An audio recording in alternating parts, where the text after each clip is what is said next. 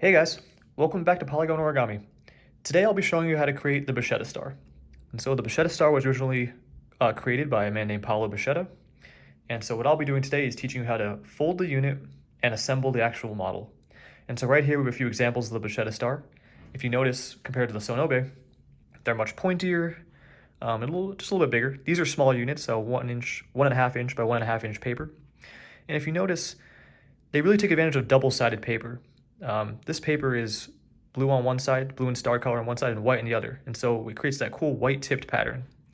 You see the same thing here with the yellow tips on this unit. Now these are some of the examples of the Bichetta star, but today we're creating a bigger one, something that looks like this. And this is 3 inch by 3 inch paper.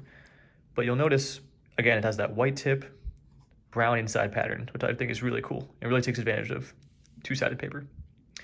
So, without further ado, let's get started on the folding. All right, guys, so let's get started with the folding. So, we have right here a finished unit, one of the finished Bichetta units. What we'll be using to fold today is 30 pieces of paper. This paper is 3 inches by 3 inches, and it's double-sided. So one side we have white, and the other side's gonna be brown. And you can use any color you want. The reason I use two-sided paper here is because it causes that cool white tipped pattern on the finished product, which I think looks really great. So anyway, we'll start with the white side of the paper facing up and the brown side of the paper, or whichever color you choose, facing down. And we'll start by just folding the paper in half. Just like this. Then we'll open it back up and we'll turn it sideways and we'll fold it in half again. So we're making a cross in the paper.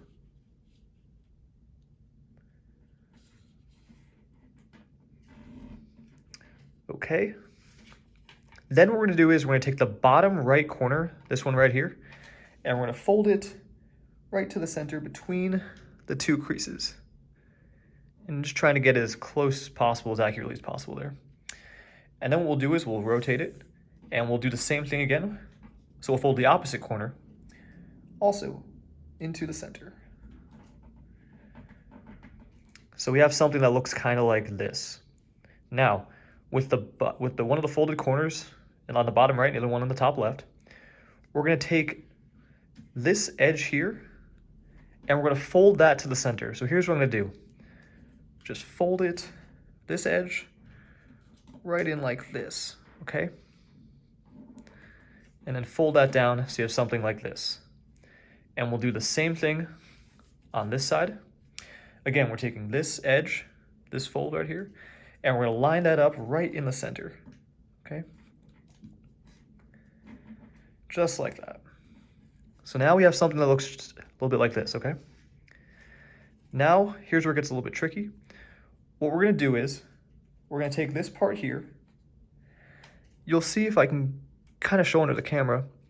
This fold point, it kind of creates a point right here, or this fold ends right here.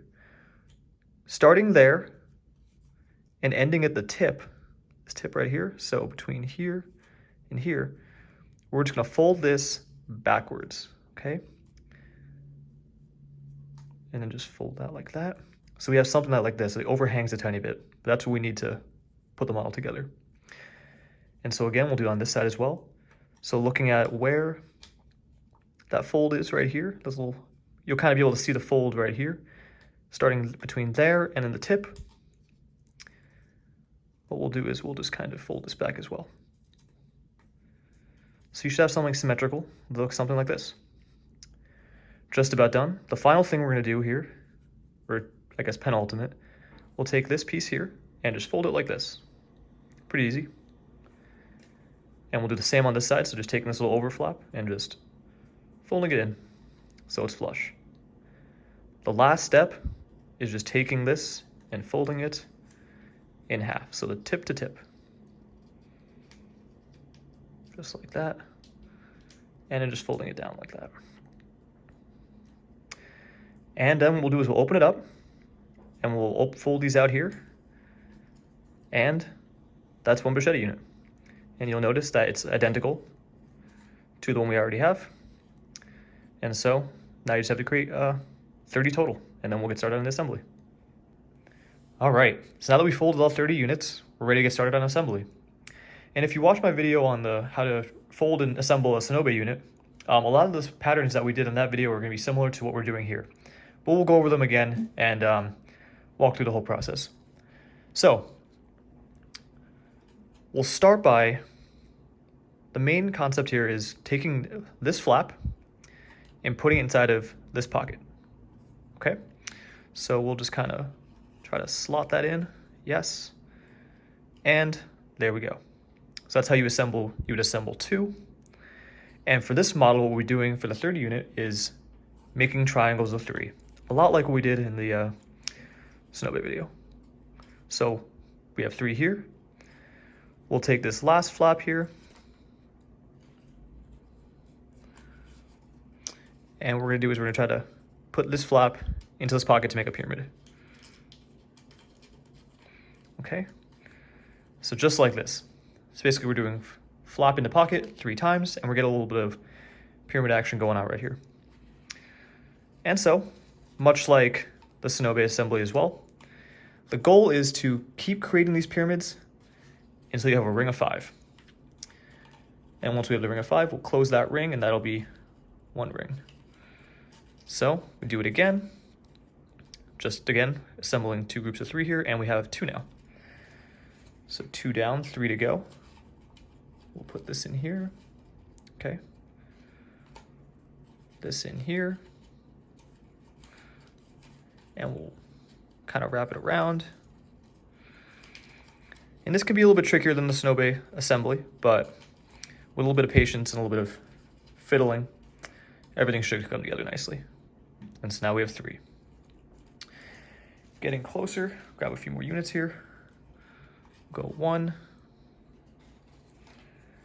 and then 2, 3 right here. Okay.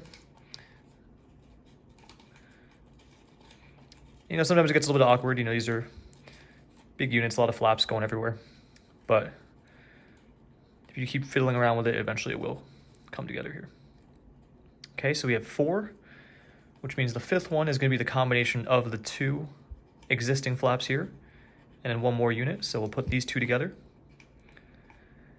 And we'll grab 1 more unit. Okay.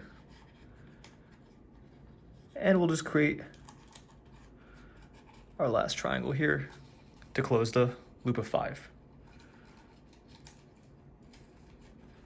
Okay.